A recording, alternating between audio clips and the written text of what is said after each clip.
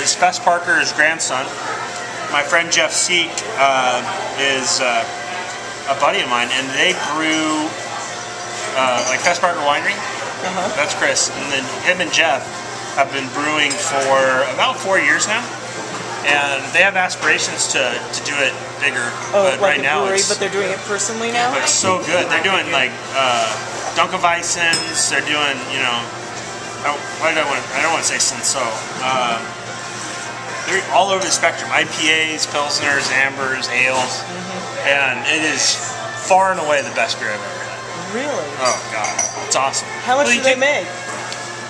They make about 10 gallons at a time right now, but then they have a half keg system they're working up, and it's awesome. They have a sculpture. It is far and away the best beer I've ever had. What other craft beers have you had?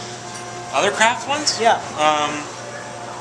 Well, Firestone's up by us. They're you know, they're good, but they're now that's a big company, you know. Right. Russian River is up near your. Yeah. All of the ones I really like are the ones that guys make it at home. Because if somebody took enough time that they're sitting there and it's kind of this one-off batch and they're tasting it first, they're not going to let anybody taste it besides them if they don't think it's exceptional. And these are guys who are brewing rather than having to make, you know, a consistent consumer commodity product. Yeah, but not everybody has a great palate. So I mean, you have to have. But you know what? If you do something long enough, you develop a palate. Like, well, for sake of argument, you start playing a guitar. You can buy a guitar at Kmart. You can buy a guitar at a pawn shop. You play it long enough, all of a sudden you get a nice guitar in your hands. You play it better, and you play it differently because you feel the quality. It's just like music. You start listening to that. You start, like people who are audiophiles. You know, they start buying nicer and nicer equipment. They start listening to vinyl because of Spectrum, good headphones, good this, good that, and that's time in the saddle. That's always what it is. It's always time in the saddle. And if somebody's spending a Sunday afternoon or Saturday afternoon, spending 8 to 10 hours of their day brewing 10 gallons of beer or 5 gallons of beer, those are the guys who are experimenting. Those are the guys that are studying their craft, reading books like crazy. Those are the guys that are tasting tons and tons and tons and tons of beers because they're interested in it. And you're right. Not everybody has a great palate, but there's very few people born with a great palate, but there are people by tasting for experience. Then you understand what things taste like and why. That's always it. You can, if you start identifying colors, and then all of a sudden you can look at a Pantone spectrum and go, oh, that's not this color, that's this color. It's because you've seen that color a couple times. That's always it. I mean, no one can, you're talking about sommeliers. Sommeliers don't just become natural sommeliers because they taste a wine one time and they go, oh, that's from, this up-and-coming blah, blah, blah, blah, all the way along.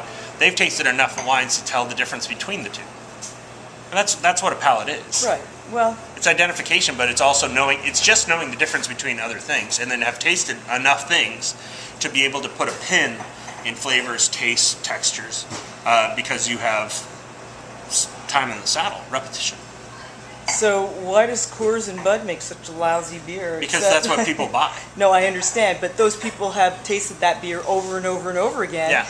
And I mean, now with the craft beer that's coming out, sure, there's opportunity for people to taste more. Yeah, but a lot of people resist that. No. I will totally disagree with that. Oh, okay. I'll disagree. I think right now, our age, where we are right now in Silver Lake Wine, you can look around, you can see all these different wines. There are very few of these wines that are made by, the big three corporations.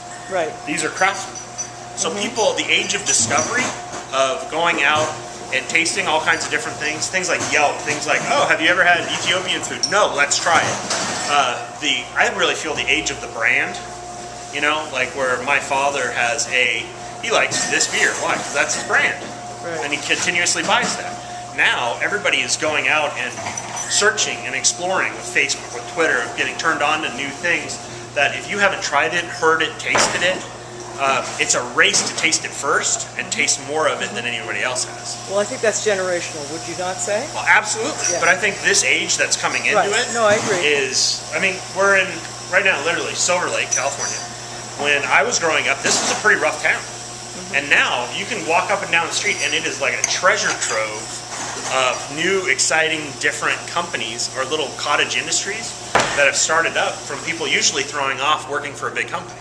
So when you say Budweiser and Coors, guess what? Budweiser and Coors are scared to death of the home craft guy. They're scared to death of stone brewing. They're scared to death of Ed Koch. They're not Ed Koch. Greg.